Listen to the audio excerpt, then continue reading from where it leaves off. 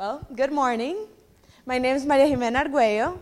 I'm Leanne Haley. I'm Bianca Cesarato. I'm Elisa Montialegre. And I'm Rajni Rao. And we are Hermanas Unidas, Rompiendo Fronteras. Now we need you guys to help us out. Hermanas Unidas, Rompiendo Fronteras. Awesome. Wait, so first of all, let me tell you what this means. It means Sisters United Breaking Boundaries. And the reason why we made you say this is for two reasons. First of all, it's really early in the morning and we're all sleepy.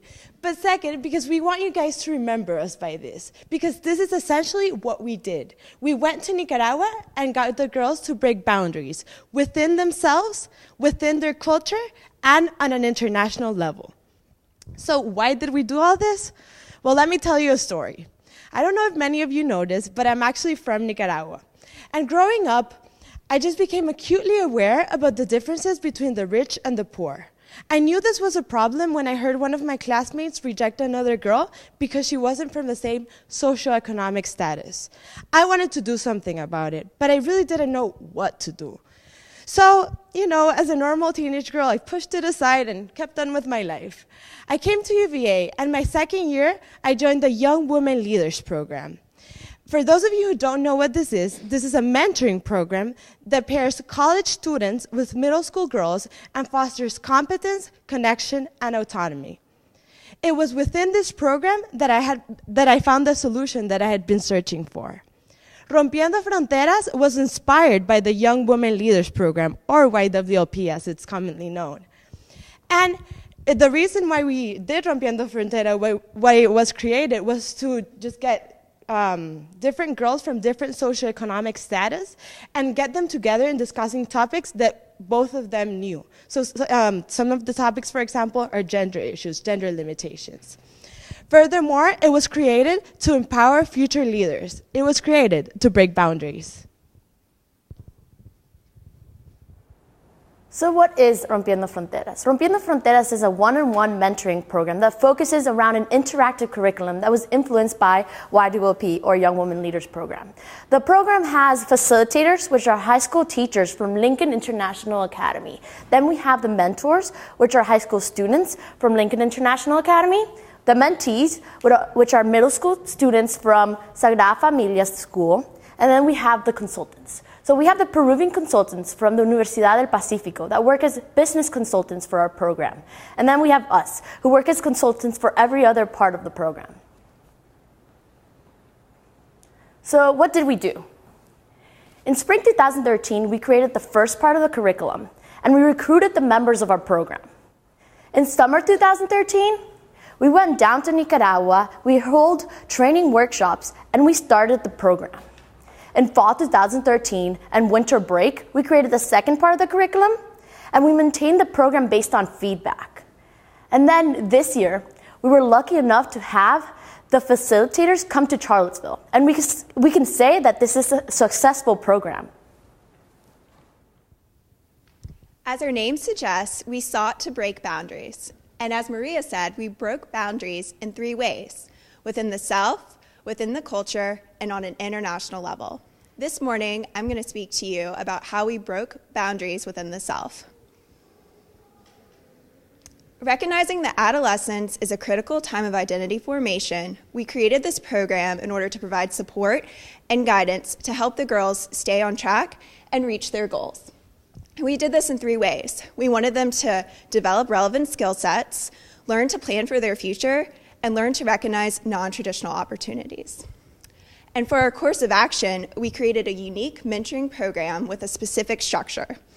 The girls would meet twice a week on day A and day B.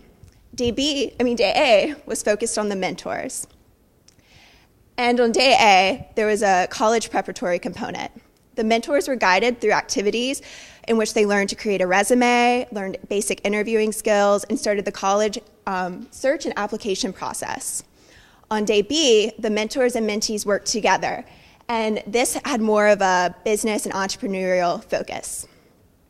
The girls were guided through activities that built basic marketing and budgeting skills, and at the end of last semester, they submitted business proposals for a small business project. And this semester, they received microloans from us and are now enacting their business proposals. For example, we have one group that started a jewelry making business, and each Saturday they sell their jewelry at the local artisan market in Nicaragua. We saw results in 3 key areas. First, in the development of soft and technical skills. For example, the mentors are now able to fluently communicate their long-term goals for the college application process. Second, we saw growth in autonomy. Not only do the girls have long-term goals, but they have the confidence to act on those goals. And third, they now have long-term visions of either higher education or starting their own small business. So Leanne talked about the change that we sought to inspire within the self, and I'm going to talk about the cultural adaptations that we made to make our curriculum successful. So many of the goals of our project are highly universal. It seems that regardless of the country you're in, adolescence is a really, really tough time to endure. But there were 2 specific areas that we had to address in order to make our curriculum both relevant and successful. The first is social stratification, which Maria touched on. The mentors and the mentees would be coming from completely different socioeconomic backgrounds, which meant that in order to be true to the curriculum and the program, we needed to make sure our training addressed that difference, and we made both parties cognizant of that difference. The second is machismo and gender roles. Machismo is a Spanish word that refers to a cultural phenomenon where masculine qualities are heralded over feminine ones, which often results in very rigid roles for both women and men, and we wanted to break that as well.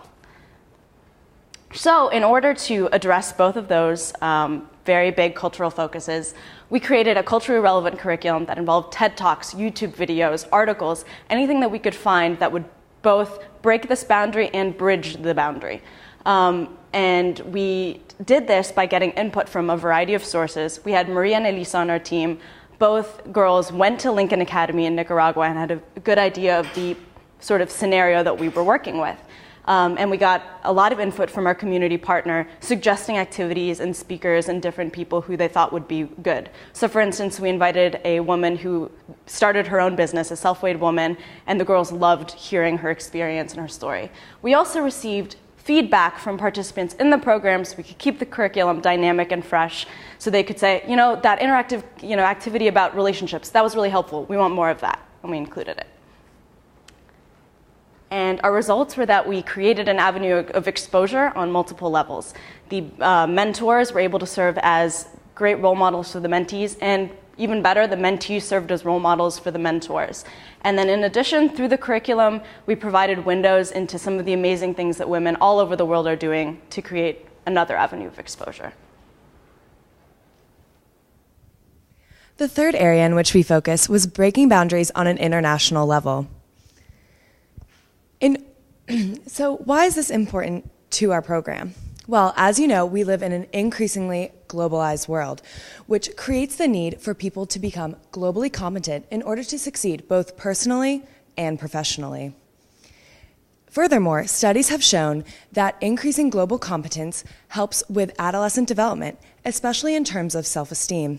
Just think, as a person in this globalized world, it is empowering to not only have connections in multiple countries, but to also convey knowledge about different countries' cultures, such as the United States or Peru. Therefore, it is also important to create and maintain that network of women leaders. In order to achieve this, we promoted interconnectedness across these countries through various online platforms. Back here in the United States, our JPC team held monthly Skype sessions with the Lincoln Academy mentors in order to build our relationship, but also foster a comfort level where they began asking us questions about our own college experiences here in the United States. Furthermore, the Lincoln Academy mentors were paired with business school students from Universidad del Pacífico in Peru in order to also have another connection where they could not only discuss sensitive topics in Latino culture, but also receive feedback for their business proposals that they prepared with their mentees. Finally, we increased our participants' cultural awareness, not only because they learned about different cultures, Peruvian and American, but also because they interacted with and saw women just like them in college and learned about opportunities on an international scale. Ultimately, we established that global network of women to not only offer one another support, but also guidance and empowerment. It is, in a sense, a definite sisterhood, as they are las hermanas unidas. So obviously that was a lot to handle. There's a lot of information and it's a very big project. But at the end of the day, this is what we accomplished. We were able to successfully create a culturally adapted curriculum. Furthermore, we established a self-sustaining program of 41 women in 3 different countries across socioeconomic statuses. We were able to have a 100% retention rate, meaning that the girls who came into the program stayed in the program, which to us just sounds great. Finally, we were also able, and this is like my personal favorite, we created community engagement. So not only did we create positive impact in the community, but the big sisters and the mentors and everybody in Nicaragua also wanted to do a positive impact for the community. However, none of this we would have been able to do without our community partners. So we want to take this time to thank each and every one of you who helped contribute to help us break boundaries. Thank you very much, and do you have any questions?